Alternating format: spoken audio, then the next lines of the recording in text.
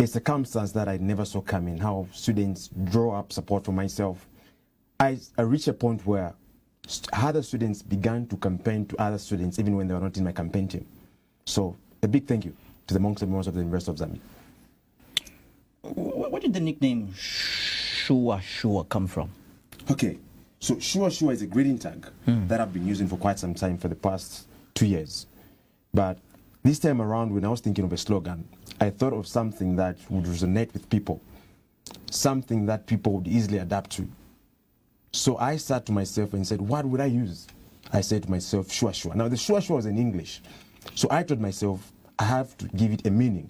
So I had to translate it into vernacular. I went with the SHUWA, meaning service, humility, wisdom, and meaning service, humility, unionism, willpower, and action. And that's what we stand for. And students have welcomed the initiative. Now, that's the initiative you went with. But what was your main objective to contest the presidency of the Students' Union at the University of Zambia? What were you hoping to change and do differently from all your many predecessors? Okay. One thing we're looking at is amplifying the voices of students across the nation.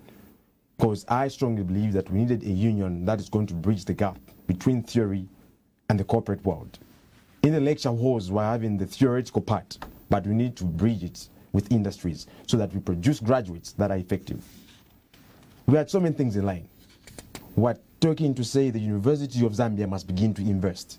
And for that to be made possible, we have to market the university to the outside world. Very soon, I've had a meeting with the Vice Chancellor, I've had a meeting with the Dean of Students. They are looking at holding a symposium where you invite all the alumni who once had their studies at the University of Zambia. Most of them, they're overseas abroad.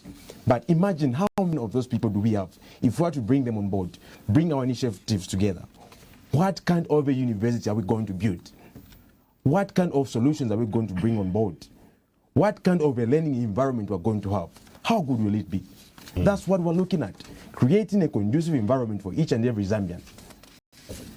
Now let's get to the elephant in the room. Your march to State House, we saw on your Facebook page you had shared it. I believe we do have a screenshot to that effect, a picture of what you had posted. You actually even said you would resign if you and the students don't march to State House. Your words there is that I'll resign as UNZASU president.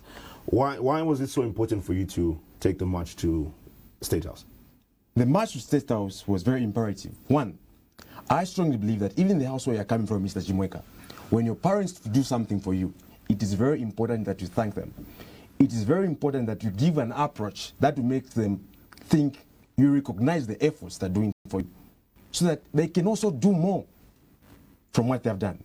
So that day, I thought of it would be very meaningful if we students in our own capacity stood up and marched to State House to go and thank our friend for the good things he's been doing for us.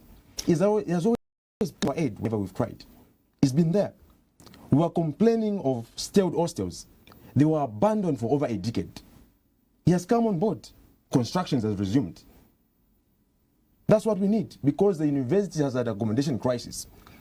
The university is a university of over 30,000 students. And currently we only had approximately 3,200 bed spaces.